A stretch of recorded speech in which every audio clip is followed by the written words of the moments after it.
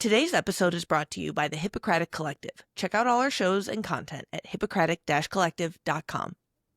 Hello, everyone, and welcome back to this week's episode of Surgeon Interrupted.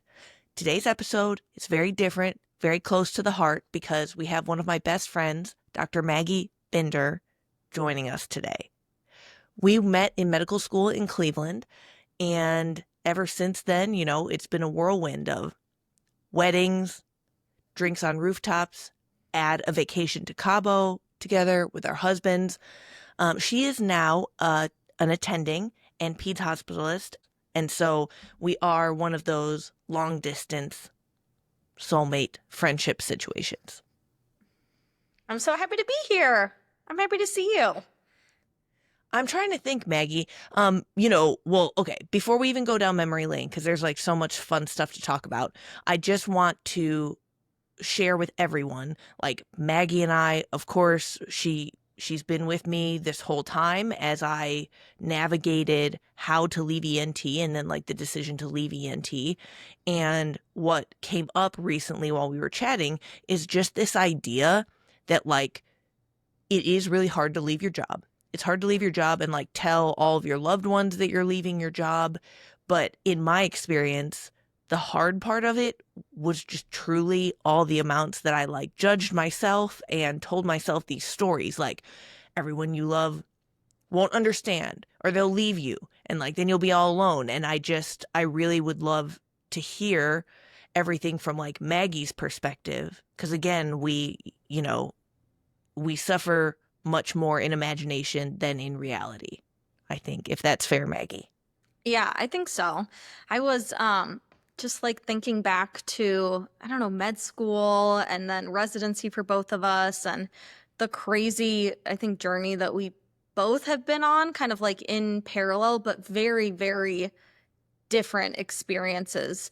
And I remember like just hearing from you snippets at a time, how tough your training experience was, how mentally exhausting and just brutal and inappropriate and terrible your experience was, and just getting like every couple months just seeing like the light go out of you a little bit more. Every time I talked to you, I'd be like, okay, are things better? Like, did this get addressed, or were you able to sort things out? And you would just be like, oh no, like it's somehow worse now. Yeah, it's somehow gotten much worse. Like more people are leaving, or the program's being investigated, or I'm not doing well. Just with time, like things were not getting better. And then, like you eventually transitioned to being an attending, and I think you had a lot more, you were able to make that decision where you wanted to practice, what you wanted to do, but it just wasn't like,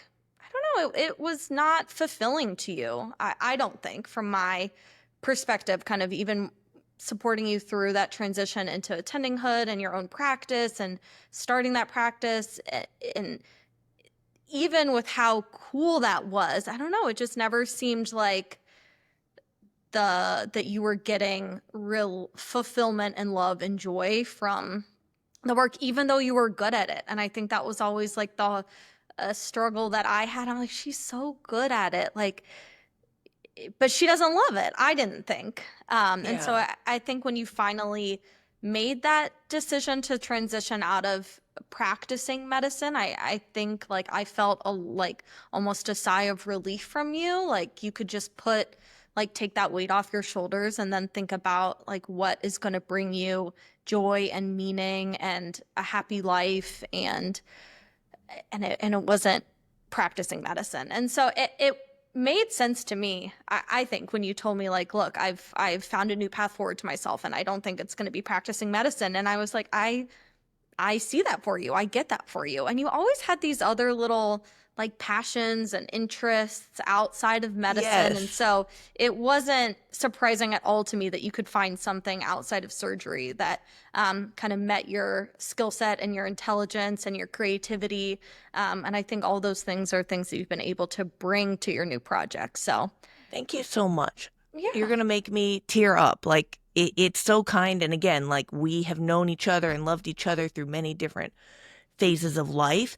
What stands out to me is even when you talk about this whole process, it is like, I think that because of the way that the cookie crumbled, there wasn't a version of practicing medicine that ever really like had a shot for me, which is totally okay. And I view Mhm. it now, like I do reference my time working in the hospital, the more than a decade in medicine, like towards my medical career, Yeah. as like a toxic relationship, to the point that I'm like, yeah, medicine like may make a great husband to another To girl, somebody or else. exactly to somebody Yeah. else, maybe me in a different life, Hmm. maybe me in the next life, for sure not me in this life. And like Yeah. that's how I felt about it though. And again, like especially to practicing physicians, like so many of my friends and colleagues like who are practicing physicians, Hmm.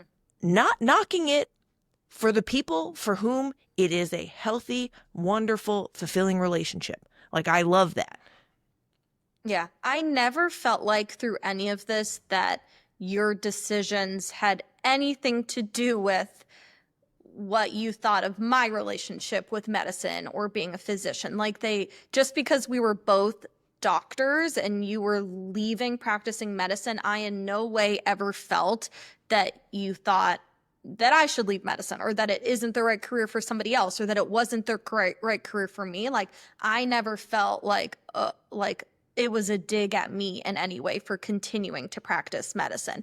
Now you've always had this really cool outlook, like how can I bring my friends along this journey with me to support other physicians and those in training? And I think that is really, really cool. But never, I think when people make these huge life transitions and they're telling you about it, you know, you were telling me about it because I was a support person, not because it really had anything to do with me, right? Like you're there to listen and to support.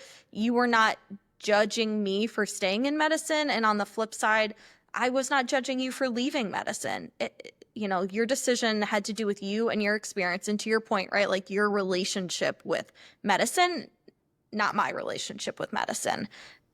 Yes, exactly. And but I think that this is so good for people to hear. Like, Maggie's a real one. And I just think that anyone who's worked with you, like probably everyone who knows you in your life, any like, students, trainees who get the privilege of working with you, it's like I do think that a lot of your core identity, who you are as a person, how you show up to every room that you show up in, it isn't like this really, really, really physician first, Mm-hmm. egotistical, like I'm a doctor. Because Maggie, what I find, and like I know that you didn't flip out, you weren't like, you can't leave medicine. And I take it as a personal affront for someone to leave medicine. Like it wasn't like that at all. And again, I remember you being like, that makes perfect sense. You were always scheming. I remember you scheming back in medical school.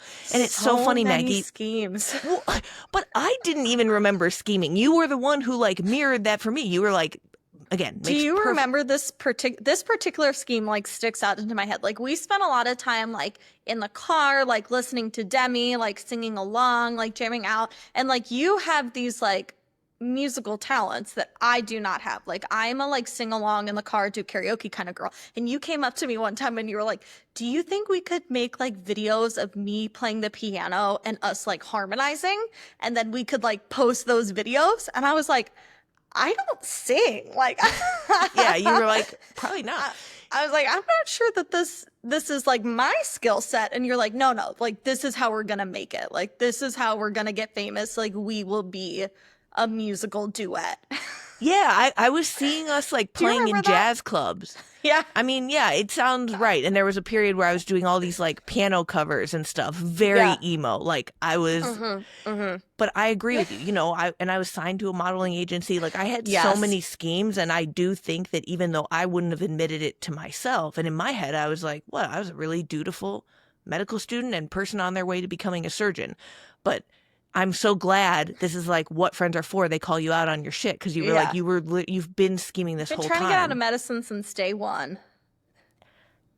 Kind of like, but again, there's so many But stories in we tell parallel, ourselves. working very Yeah, diligently towards being like an A plus medical exactly. student with the accolades, with the grades, with the X, Y, and Z, right? Like you weren't Yeah, that's what I mean. slacking Like I on other was stuff. It killing was it. like Yeah, it was like split. Like there was Frances May, the medical student and the doctor, and then like the real Frances May that was like, let me Yeah, out they of was like here. trying to do Can photo we do shoots. something Exactly. else? Yeah, yes, Exactly. The yeah, creative yeah. outlets. The But creative outlets. that's the thing though, Maggie. And like I'm sure that even when you reflect on like doctors that you work with, I do. Hmm. I think that there's just kind of a clear delineation, and you can see it in people. I can see it in people's reactions to me leaving, because either they're like, okay, that's cool. You know, you could tell me that you were joining the circus to become a clown, and I might be like, I have some follow-up questions, and like, when can I come see you? Like, Yeah, I'll what are your be tour dates? exactly, like I'd be front row. That's kind of what it means, I think, to be a good friend. Yeah. But when people take it personally, it is often because they don't have anything else going on outside of medicine. And so like when doctor is the identity, Yeah. um, they can't tease out why someone would like leave the profession for their own Hmm. valid reasons.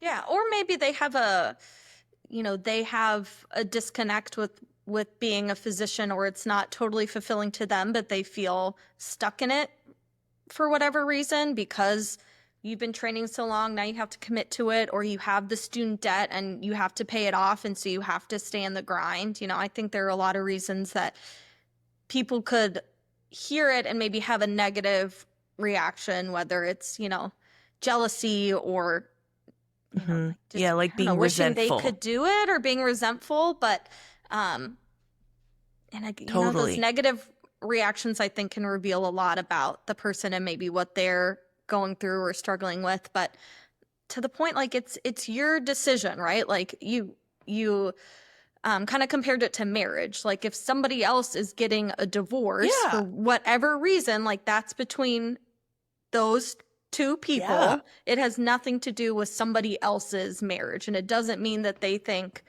the institution of marriage, like Exactly. it Yeah, just means honestly. that for them Agreed. in that relationship, it's not healthy or it's not working. And Totally. And but what I love, I think that this analogy, like I think it works. I've taken yeah. it pretty far, because Hmm. not only that, but what I've found to be similar in both is just that like even when people do look at divorce or like think about divorce for themselves, I Hmm. have heard different rhetoric from the person considering divorce being like it would be a failure. People would judge Yeah. it as a failure. I would be judged negatively, and I don't want that public perception of me. Yeah. And to your point, no one ever, like, I don't feel that way about divorce. If someone told me that, I'd be like, I know you're a thoughtful person. I assume that this makes perfect sense. Like, Yeah. I'm just here for it. Hmm. Um, and same thing with the job, where like mostly it's just the stories that we tell ourselves. Like that whole idea of like people are just not thinking about you. As certainly as much as we think that people are thinking about us in our 20s. Like in your 20s, you feel like the microscope's on you. You're like, oh my gosh, everyone will know. What will they think? And it is so freeing and so true. Hmm. Nobody's thinking about you. It's just, it's all good. Like, many of us, of course, I can't speak for everyone, but so many of us don't feel any kind of way about divorce, don't feel any kind of way about like the career transitions, other than I would describe my emotions in different contexts as neutral to positive, where it's like, good for you. Wow, you're Yeah, making you do moves. you. You do Yeah. you. Well, and I think the other thing that's interesting is when you look at maybe other people in your lives that don't work in medicine, I think especially for people our age, and it's not everybody, but I know plenty of people in fields other than medicine that have been through many jobs already in their career, right? Hmm. They start out at whatever company doing whatever they got out of college, they put the time in, they put the work in, they kind of go through that grind, and then they change jobs. They change companies, they move to get the better job, the higher paying job, the better job for their skill set. Like other people are pivoting and making career changes all the time. Hmm. And if somebody in like the banking world were to tell me like, "Oh, I just got a new job. I'm going to this." I'd be like, "First of all, I don't understand what you do. Second of all, Yeah. great opportunity for you." Like I'm very happy to hear like if you're pumped, I'm pumped. sounds like a good opportunity. Mm-hmm. That is very normal for people to change jobs, find something better, find something different, pivot. I don't know that it needs to be any different for For people medicine, yeah, in it medicine. shouldn't. It shouldn't. It's a Mm-mm. bad look for medicine, frankly. Like it really, I don't, because I actually just woke up to there was a very long angry message in my DMs Mm-hmm. from an ENT, not much older than me, definitely my age group ENT, Yeah. and he's very personally affronted. He was like, "You're dissuading people from going into medicine." Truly, let's set the record straight. I don't feel that way at all. Of course, Yeah. I want healthcare and physicians, and I want a Yeah. healthier workforce of physicians. So the world that I'm envisioning is one where people don't get trapped in jobs that they hate and that Yeah. are trying to kill them. So what's so funny is that um, I just think that, like, for young people, it might encourage more people to go into medicine if they knew that they had wiggle room once they do it. If they Yeah. knew, well, it's not a life sentence. That might actually, like, genuinely, there'd be people who are like, oh, okay, if I don't pick the right specialty on the first go around, I could switch Mm-hmm. specialties. That's pretty Mm-hmm. good. And, Yeah. like, if medicine is not it, in 5 years, I could leave. Okay. Let me try this out. We might get more and better doctors that way. So, um, I think that that's a misunderstanding that I want to clear up. The other thing I wanted to mention, because I so appreciate, you mentioned that, like, my friends in medicine, people like you, absolutely. What I'm trying to build, especially at like the HC and building in terms of changing the culture of medicine, it does involve working with incredible voices within medicine. And like you and Dan, your husband, also a physician, we all went to medical school together. Um, you guys like have been such a wonderful resource because when I was in training, things were so bad, not only in my department, but other departments at my institution, honestly, that like connecting with you guys and hearing about your quite positive training Mm-hmm. experience and everything like that, that was really helpful. Like that helped give me perspective. And I have always said, I have friends who had positive training Yeah. experiences and I don't hold that against them. I don't resent you for that. I'm like, good. I'm Yeah. so glad. You're too good. You and Dan are too pure. I'm glad that you guys didn't get put I through don't know like about what that. some of us went through, Yeah. but I also think that voices like yours, just the way that you guys move through the world as physicians, those are good role models. We actually need to platform. And of course, you guys, again, so pure, too pure for this world, just like very sweet, very offline. But guess what? A lot of the voices that are online are insane. We need more people like you who love the work, love teaching, are good Mm-hmm. role models. That's what we try to like bring more of to this Mm-hmm. discourse and the cesspool. This is, yeah, Dan and I are certainly not without our Too faults. pure Pure for is this like a world. too No, pure. That's a lot to live up to. But, I think the point being, you're not trying to dissuade people from medicine. I think another point to like the work you're doing in the HC is that if people see that there are movements and discussions about making medicine a healthier place to train in and live in, like that could encourage people as well. And I Mhm. think it gives people more tools, like as they're on like the interview trail, looking at even medical schools, looking at residencies, they can start to ask more questions, not just about like, am I going to be a good doctor coming out of this? Am I going to have the medical knowledge or the medical skills? But like, what is the environment like here that you're fostering? How do you handle interpersonal problems? How do you handle maternity leave? How do you handle Mhm. whatever it is? Like, how do you handle us as people, not just us as workhorses or, order monkeys? And so that they can find the places that support them as people, support them as physicians, support them in their interests outside of medicine. And I think that that's meaningful as well, right? Helping people find safe and nurturing places within medicine. Now, that doesn't mean that those places aren't going to make you work 24s and be on calls Right. and, go through the grind still. But if you can feel safe, right? Physically safe and mentally safe in the environment that you're trying to learn and take care of other people. That is that's the experience that Dan and I had. And really quite the opposite of the experience that you had, right? So I think that that's the road that you're hoping to get medical training down, not like do not enter, like do not pass go. That's never Exactly. the message that I've taken from it. Exactly. Well, and like, again, this is, I'm not trying to sound like a jerk, but the work was not that hard and the hours suck. Like, Yeah. the hours suck. But that's what I mean. Like, it does. The only reason why I'm able to be outspoken about this whole other host of things is because, like, the work was just not that hard. And I think even in more frank conversations that I had with my attendings chief year, like, I know you use the phrase order monkeys, and this is like somewhat hyperbolic, but I was trying to make a point with this attending, and I was like, you know, a monkey could do this job. And they were like, I don't think a monkey could do like this surgery. And I was like, well, but my point, the reason I was saying that was because the work is not so hard that it justifies being a crazy asshole. And that's a hill I'll die on. Like, it doesn't. Like, is it super important? And it can be challenging work, 100%. But these people have taken extreme liberties to be like, the work is that hard. And I can act abhorrently with impunity. And it's like, I'm going to push back on that. Yeah. I'm having literally lived it.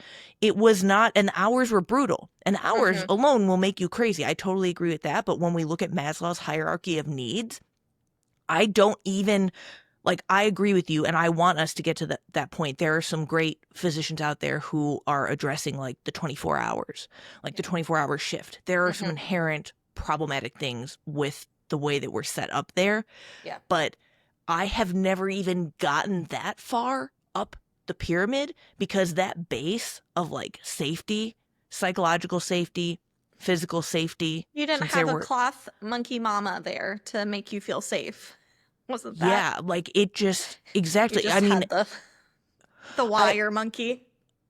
The wire monkey. No, I described it all the time as like being a raw, exposed nerve.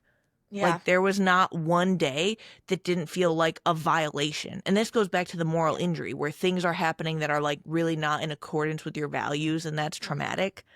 And experiencing that degree of it was just like such an awful way to live for many years.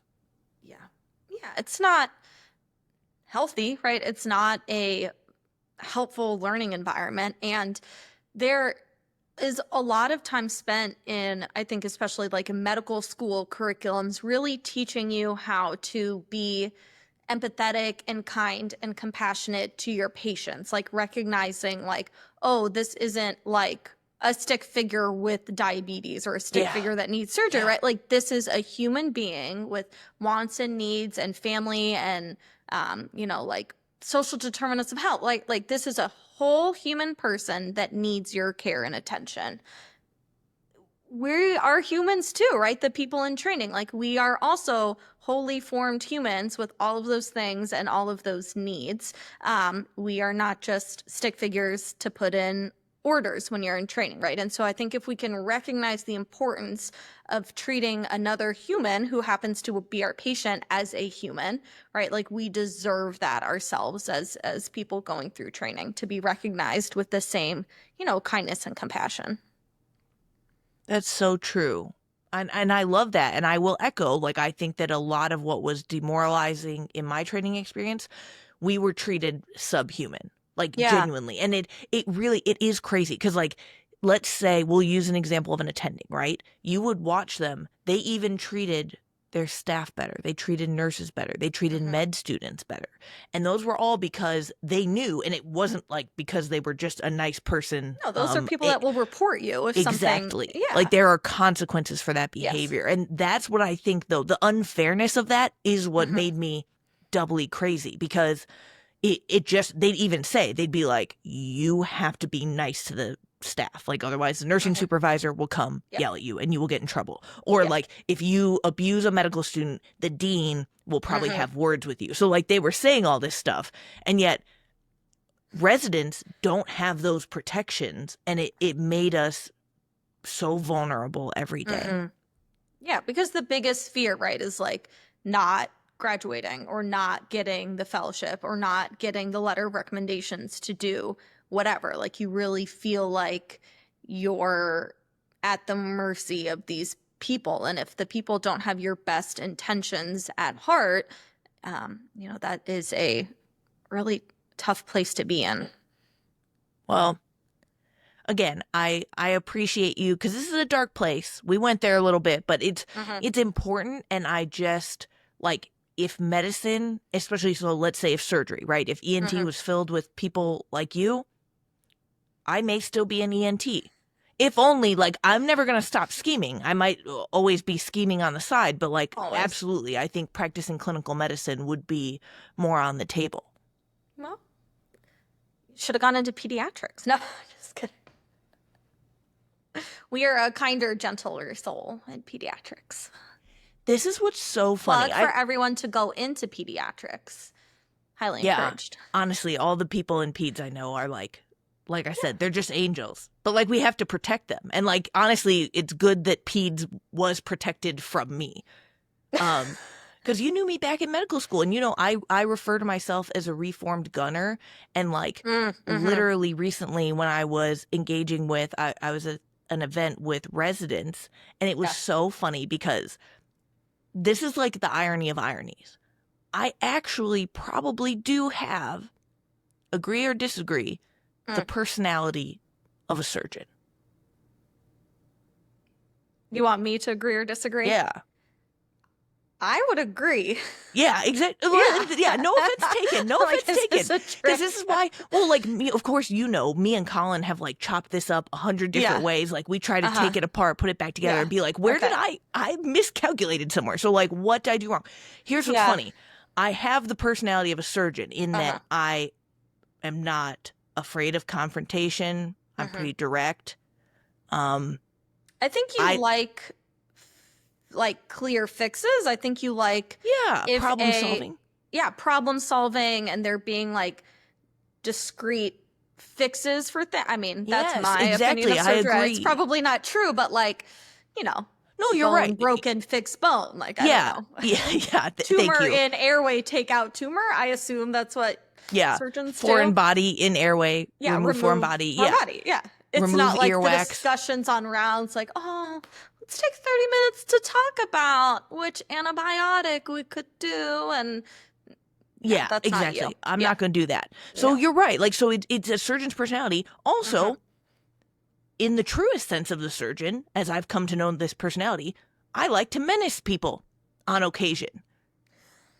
I'm not afraid to be menacing, right? And here's what's so funny that like when I was talking to the residents and like this next generation, so I am, if you took a surgeon and a surgeon's personality and turned it on the status quo in surgery, like literally that's why, but I think that brings a level of like authenticity and understanding to it. Cause it's like, I get it. I'm about that life. I'll menace people if I want to, but I have turned it on like the predator in surgery.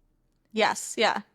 So it's interesting. It was just a funny combo that we were having a few days ago. And they were like, we're not saying that like you're Batman, but it's slightly like the vigilante. Yeah. Like no one was surprised. Like I wasn't surprised that you picked a surgical subspecialty. Yeah. Certainly what would have been more surprising if it was like, so I'm going to go, if you're like, I'm going to go into family medicine, I would have been like, oh, okay, interesting. Yeah. Like you do you. Like going into surgery was not surprising. But I do see how they're calling you like a vigilante, right? Like you're now like, yes, but it is. But it would actually, it would take a surgeon to do this.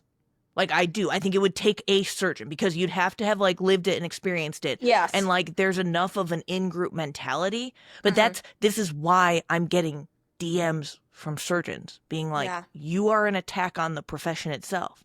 And, like you can't be saying this stuff and it's good. And it's like, I'm arguing that you guys need to get it together and the culture needs to change so that you can Yeah. actually attract and retain top talent. And they're like, oh, we're not going to do that. Like, you need to Yeah, yeah. just I stop don't know. Okay. saying what you're Stop saying. telling our secrets. Yeah, yeah. It's like the Exactly. peek behind the curtain. Yeah, Right. like I certainly could have never, like had your approach or mentality, right? If I didn't live it.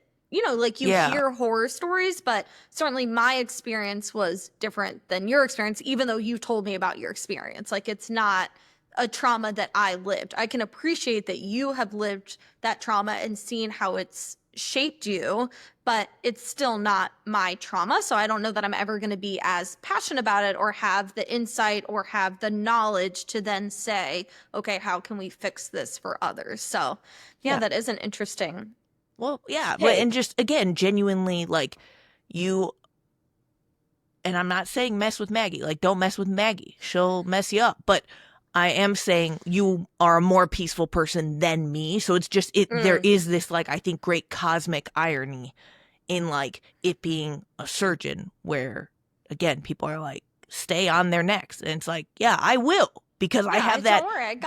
dogged surgeon, Yes. like, aggression. Yeah, that's So great. Yeah. I see that. I'm following. That event looked amazing, by the way. You just like casually dropped that you were at an event with residents, but the fact that you put it on and yes. hosted it and planned it, it looked incredible.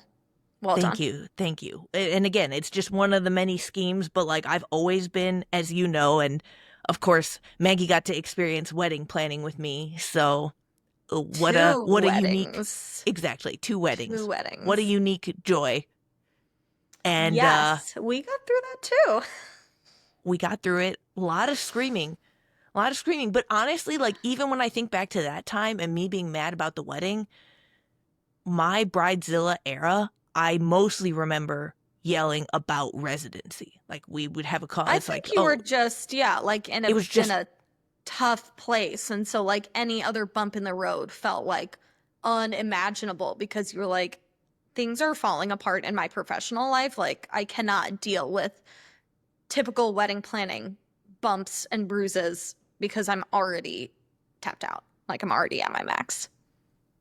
yep, exactly. And that's, again, that is such a common problem that, like, now Yeah. that I've started talking about this for a few years since training, like, so many other surgeons I know echo that sentiment of you can't tell anymore what's important and what isn't important. Guess what? That adversely affects your friendships. It adversely affects your Yeah. romantic partnerships. It adversely affects just moving in the world. Because, yeah, Yeah. exactly. You could be working with a contractor for an event Yeah. and something pretty small goes Or, wrong. But, yeah. Typical. um, yeah, I know. But you just, I think You that can't deal with it. it's so well, and also like you're held to such a high standard at work. And this is true. Like on Hmm. airway call, Yeah. You everything got to is a get the big airway. deal. There isn't anything that isn't a big deal.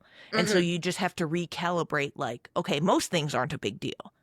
Yeah. But I think that when we get monocular vision, which I am Mm. prone to, and like as a Hmm. resident, I had that. Yeah.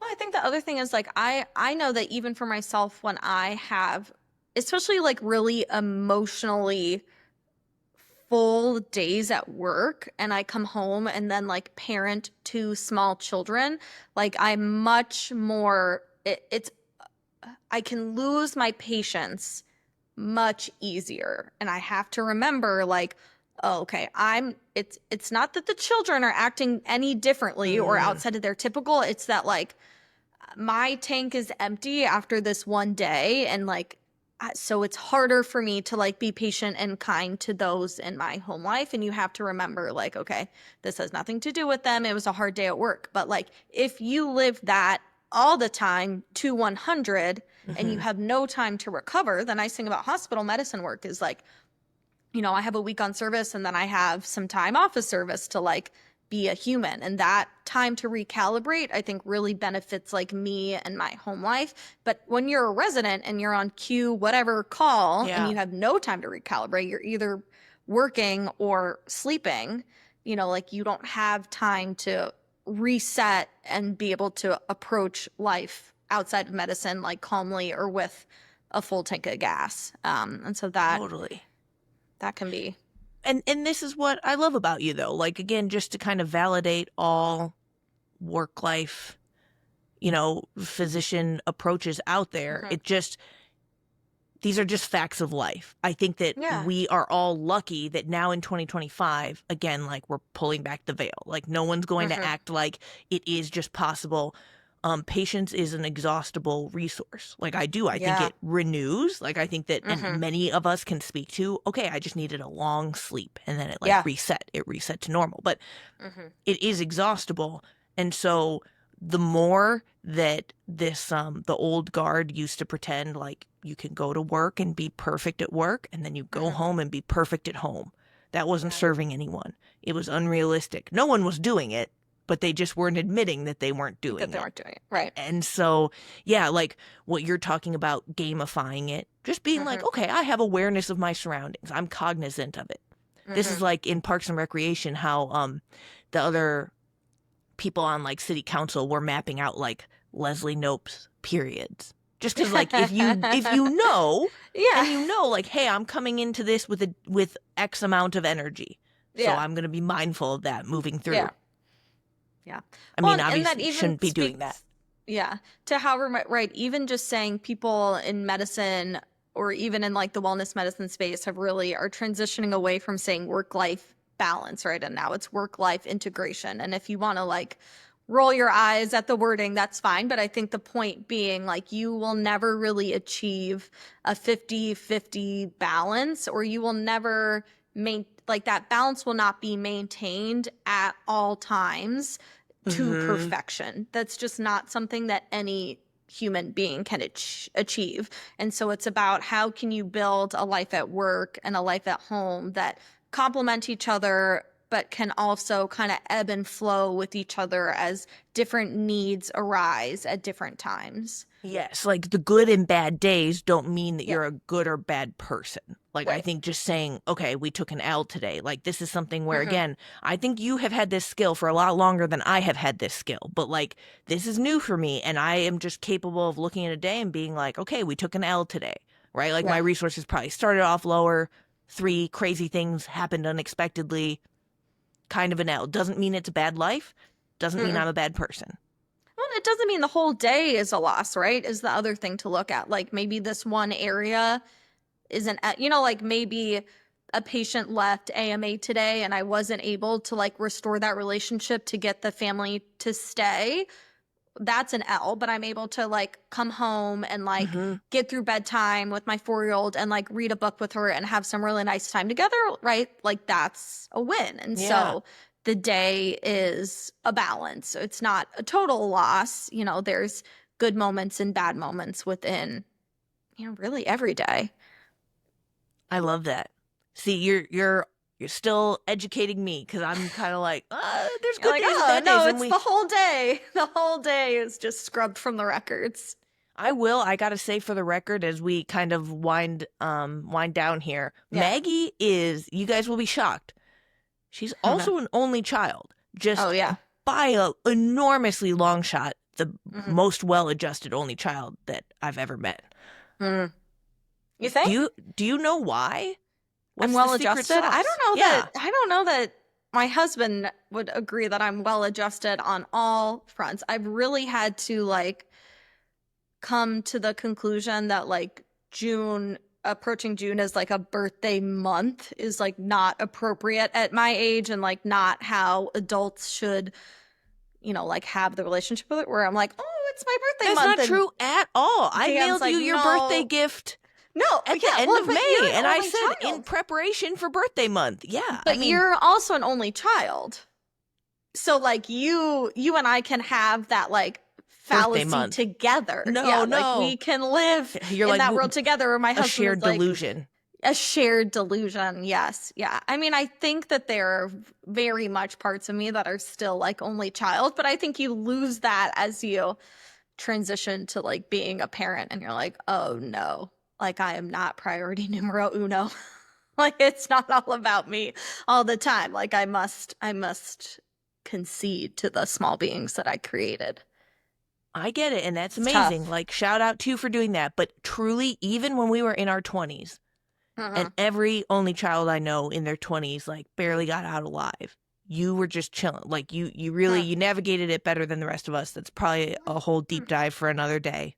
Yeah. I guess we'll just shout out to my mom for like, I don't know, keeping it real. Keeping She it never let my 100. head get too big, I think was maybe it. She never let my ego get out of.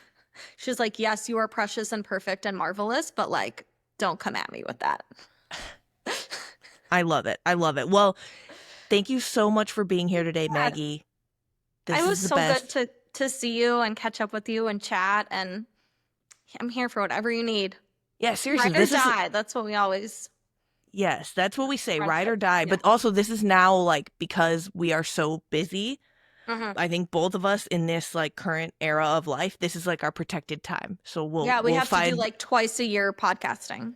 But I've seen yes. the podcast with other people like at the pool with the drink in hand. And so that is what I am manifesting for the Yeah, you're next like, podcast. why not me? No, Yeah, okay. why not me? Absolutely. I'll add it to the to-do list. Yes. Thank you for tuning in today. Follow me on Instagram and TikTok at FrancisMayMD. Check out our website, hippocratic-collective.com, for more shows and content like this.